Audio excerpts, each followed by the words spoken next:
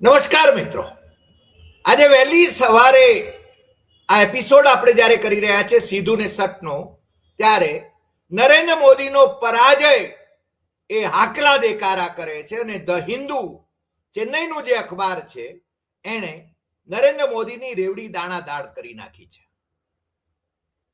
ગઈકાલે લોકસભામાં 2/3 બહુમતી ન હોવા છતાં એમણે જે રીતે 3 બિલ રજૂ કર્યા બંધારણીય સુધારાના, અને જે શેખી મારી ગૃહમંત્રી અમિત શાહે, વેણુગોપાલ જે કોંગ્રેસના નેતા છે, સાંસદ છે, જનરલ સેક્રેટરી છે, એમણે પરિસીમન બિલનો વિરોધ કર્યો, ત્યારે જે ખુલાસાઓ કર્યા અને સમગ્રપણે બધા જ વિપક્ષી નેતાઓએ એક સૂરમાં કહ્યું કે ભાઈ 2023માં અમે તમને મહિલા આરક્ષણ બિલ, મહિલા અનામત બિલ, એને મંજૂરી આપવા માટે બંને ગૃહોમાં સંમતિ આપી હતી. એ કાયદો થઈ ગયો છે, તમારે એનું ગેઝેટ બહાર પાડવાનું છે. એ કેમ નથી પાડતા અને આ શાને માટે તમે નવા ખેલ કરી રહ્યા છો? નરેન્દ્ર મોદીને હતું કે વિપક્ષોને બદનામ કરશે. તમિલનાડુ અને પશ્ચિમ બંગાળમાં એ વિરોધ પક્ષોને મહિલા અનામત વિરોધી ગણાવીને વોટ લણશે, પરંતુ એમની આખી રમત એ ખુલ્લી પડી ગઈ. પહેલા તો સોનિયા ગાંધીએ જે લેખ લખ્યો એનાથી ખુલ્લી પડી ગઈ, પછી રાહુલ ગાંધીએ જે વિડીયો કર્યો લોકસભામાં વિપક્ષના નેતાએ, એનાથી ખુલ્લી પડી ગઈ. અને પછી દક્ષિણના રાજ્યોની બેઠકો પરિસીમન પછી, એટલે ડિલિમિટેશન પછી ઘટી જાય અને ઉત્તરના રાજ્યોની બેઠકો વધે, તો ભારતીય જનતા પાર્ટી યાવત ચંદ્ર દિવાકરો એ સત્તામાં રહી શકે આવી મોદીની જે મનસા હતી, એ મનસાને વિપક્ષો એ ઓળખી ગયા હતા અને એમણે ઇન્ડિયા ગઠબંધન એની બેઠક કરીને બહુ સ્પષ્ટ કરી દીધું હતું. મલ્લિકાર્જુન ખડગે કોંગ્રેસના અધ્યક્ષના નિવાસસ્થાને કે અમે મહિલા અનામતના સમર્થક છીએ. આમ આદમી પાર્ટી ઇન્ડિયા ગઠબંધનમાં ન હોવા છતાં એના નેતા સંજયસિંહે પણ મહિલા અનામત નું સમર્થન કર્યું હતું અને બાકીના બધા વિપક્ષોએ પણ એક સૂરમાં આ વાત કરી હતી. એટલે મોદીની જે રાજ રમત હતી, જે વોટ લણવાની અને વિપક્ષોને પરાસ્ત કરવાની જે નીતિ હતી, એ ખુલ્લી પડી ગઈ.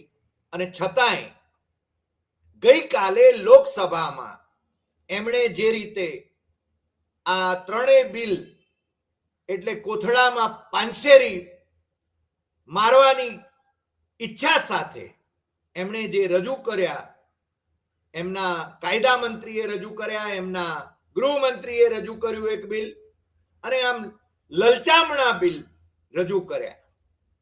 મને લાગે છે કે એમની જે એનડીએ છે, એમનો જે સત્તા મોરચો છે, એના પણ સાથીઓ એ આની વિરુદ્ધમાં હોય અને વિપક્ષમાં પણ કેટલાક સાંસદો લોકસભામાં અનુપસ્થિત હતા, અને તેમ છતાં એમને બિલ ઇન્ટ્રોડ્યુસ કરવામાં 2/3 સભ્યોની બહુમતી નહોતી. એટલે હાજર જે હતા એમાં પણ 2/3 નહોતા, અને છતાં બહુમતીથી એને અમલી બનાવવાની કોશિશ એમણે કરી. અને જબ સૈયા ભયે કોટવાલ ડર કાહે કા, ઓમ બિરલા જ્યારે અધ્યક્ષ હોય લોકસભાના, ત્યારે એમણે ચિંતા શું કામ કરવી? પરંતુ મને લાગે છે કે જેમ અમને બહુ સ્પષ્ટપણે આપણા ગુજરાતના મુખ્યમંત્રી રહેલા સુરેશ મહેતાએ ગઈકાલે જ કહ્યું હતું કે જેટલા વોટિંગ કરે એના 2/3 એ બહુમતી એમની પાસે હોવી જોઈએ બિલ પસાર કરવા માટે. ઉપસ્થિતો અને વોટિંગ કરનારાઓ અથવા તો 2/3 કુલ સંખ્યાના 3 બેઠકો ખાલી છે એટલે કે 540 લોકસભાના સભ્યો છે. એમાં મોદી પાસે મહિલા અનામત ને નામે ડિલિમિટેશન એ પોતાની રીતે કરી દેવા માટે એમણે જે ખેલ કરવાનો હતો એ હવે નિષ્ફળ જવાનો છે. પણ ઝુકતા હૈ મોદી, ઝુકાને વાલા ચાહીએ. તો રાહુલ ગાંધી અને સમગ્ર વિપક્ષે એમને ભૂ પીવડાવી દીધું. તમે જોયું હશે, આપણે ગઈકાલે જ આપણા થંબનેલમાં મોદી જ્યારે ટેન્શનમાં હોય ત્યારે પાણી પીએ છે ગૃહમાં. પણ એ આજે સવારે જ્યારે ઉઠ્યા ત્યારે ધ હિન્દુએ મોદી સરકારે એની મિનિસ્ટ્રી ઓફ લો એન્ડ જસ્ટિસે એના સેક્રેટરી થકી ડોક્ટર રાજીવ મુનિ થકી 16 એપ્રિલ 2026 ની તારીખ સાથે SO 1922F extraordinary gazette એ નોટિફિકેશન બહાર પાડીને 2023 નો જે કાયદો બનાવ્યો હતો એને તત્કાળ અમલમાં લાવવા માટે એમણે આ ગેઝેટ બહાર પાડ્યું છે. જે ગેઝેટ તમે સ્ક્રીન ઉપર પણ જોઈ શકો છો. એટલે બધા જ્યારે ઊંઘતા હતા ત્યારે મોદી સરકાર પોતે પારોઠમાં પગલા ભરીને આ પ્રકારનું ગેઝેટ બહાર પાડી રહી હતી. અને મને લાગે છે કે આ ગેઝેટ જ્યારે બહાર પાડી હિન્દુએ જ્યારે આ ગેઝેટ બહાર પાડ્યું, ગેઝેટ પ્રકાશિત કર્યું, ત્યારે ઇન્ડિયન એક્સપ્રેસ જેના દિલ્હીમાં અને આખા દેશમાં પણ એ કાર્યાલયો છે, એણે લખ્યું કે 2023 women quota law comes into force as NDA short of numbers, government with option. તોડફોડ કરીને પણ એમણે છે ને આ પરિસીમનનું એટલે કે ડિલિમિટેશનનું બિલ મંજૂર કરાવવું છે લોકસભામાં અને રાજ્યસભામાં, અને એને કાયદો બનાવીને મનસ્વીપણે એમણે ભારતીય જનતા પાર્ટી યાવત ચંદ્ર દિવાકરો સત્તામાં રહે એને માટેનો ખેલ કરવો છે.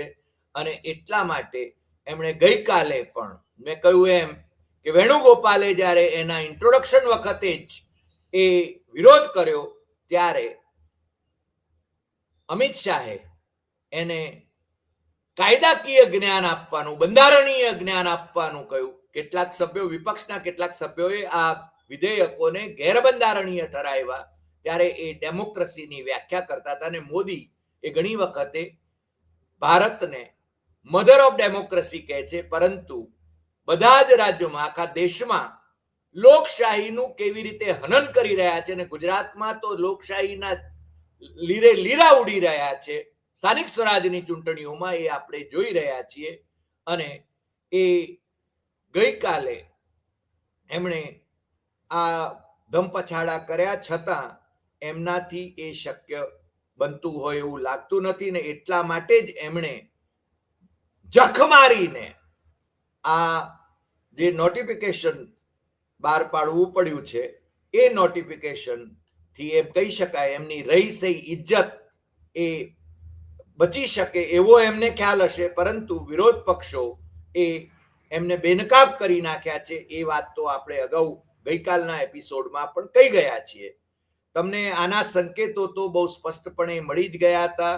જ્યારે મહાત્મા ફૂલે ને માલ્યાર્પણ કરવા માટે, પુષ્પાંજલિ કરવા માટે જ્યારે બધા જ નેતાઓ મળ્યા ત્યારે માનનીય વડાપ્રધાન નરેન્દ્ર મોદી માનનીય વિપક્ષના નેતા રાહુલ ગાંધીને જે રીતે લડીને વંદન કરી રહ્યા હતા, નમસ્કાર કરી રહ્યા હતા, અને સામે રાહુલ ગાંધી સ્થિત પ્રજ્ઞ અવસ્થામાં ઉભા હતા. એમની સાક્ષીએ ઓમ બિરલા પણ હતા અને જેપી નડ્ડા પણ હતા. જેપી નડ્ડા એ